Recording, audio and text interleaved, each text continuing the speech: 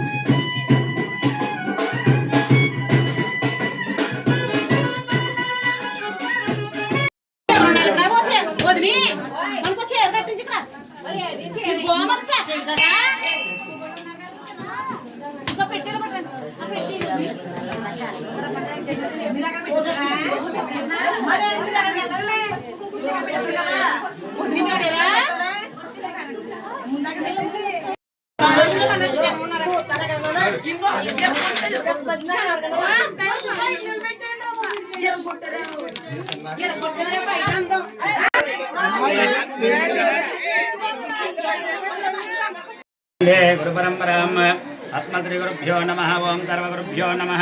హరి ఓం.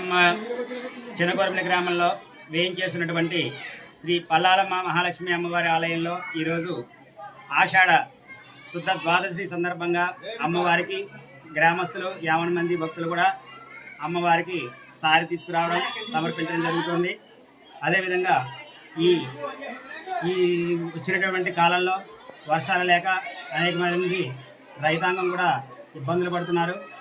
దానికి పరిష్కార మార్గంగా అమ్మవారు ఎల్లవెల్ల కాచి కాపాడాలనే ఉద్దేశంతో అమ్మవారిని చల్లగా చూడాలని భావిస్తూ వారందరూ కూడా చనివిడి, పానకం, వడపప్పు మరియు ఇతరమైనటువంటి స్వీట్లన్నీ కూడా తీసుకొచ్చి అమ్మవారికి పుట్టినీళ్ళుగా భావించి సారి సమర్పించడం జరుగుతోంది. అనంతరం ఈ సారి అందరినీ కూడా సాయంత్రం గ్రామస్తులందరికీ కూడా ప్రతి ఇంటికి కూడా పంచిపెట్టడం జరుగుతుంది. అదేవిధంగా సాయంత్రం 6 గంటలకి మన ఆలయం వద్ద కోలాట మహోత్సవాన్ని కూడా భక్తులందరూ కూడా నిర్వహించుకోవడం జరుగుతుంది. కాబట్టి 50 మంది భక్తులు కూడా విచ్చేసి అమ్మవారిని దర్శించుకుని అమ్మవారి యొక్క కృపకు పాత్రలు అవుతారని మనవి. స్వస్తి.